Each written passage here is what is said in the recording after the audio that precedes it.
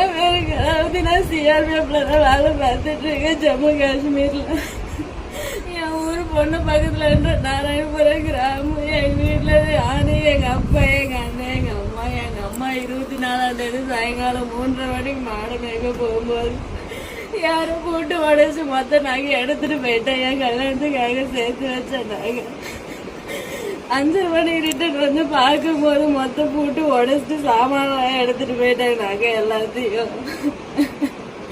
6 மணிக்கு எங்க அப்பா ஆடு மேய்ச்சிட்டு வந்து பார்க்கும்போது ஒரு நகையும் கூட இல்லைன்னு சொல்லிட்டு எங்க அப்பாவும் எங்க அம்மாவும் உட்காந்து ஓடாவிட்டு எங்க அண்ணன் வேலைக்கு போயிட்டு ரிட்டர்ன் வந்து பார்க்கும்போது அவங்க அழுதுட்டு பார்த்து கேட்டுட்டு போலீஸ் ஸ்டேஷன்ல போய் கம்ப்ளைண்ட் கொடுத்தா. ஜூன் மாசம் 24ஆம் தேதி நைட்டு. மறுநாள் 25ஆம் தேதி சிஎம் பந்தோபஸ்து சொல்லிட்டு யாரும் வந்து எதுவும் பண்ணவே இல்லை. 12:30 மணிக்கு தான் ஃபிங்கர் பிரிண்ட்டுக்காரங்கெல்லாம் வந்து ஃபிங்கர் பிரிண்ட் எடுத்துட்டு போனாங்க. எஃப்ஐஆர் காப்பி கூட போடாம 28ஆம் தேதி தான் எஃப்ஐஆர் காப்பி போட்டு கொடுத்தாங்க. நான் எல்லா விதத்துலயும் ட்ரை பண்ணி பார்த்துட்டேன். கேஸ் எந்த இடத்துல எதுவும் எடுக்க மாட்டேன்றாங்க.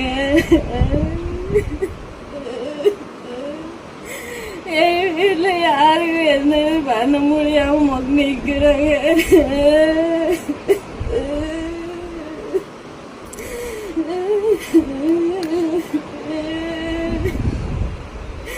என் கல்யாணத்துக்காக சேர்த்து வச்ச மொத்தம் நான் 22 சவரன் நாக்கைய பட்டு போடவே காசு 50,000 எடுத்துட்டு போயிட்டாங்க.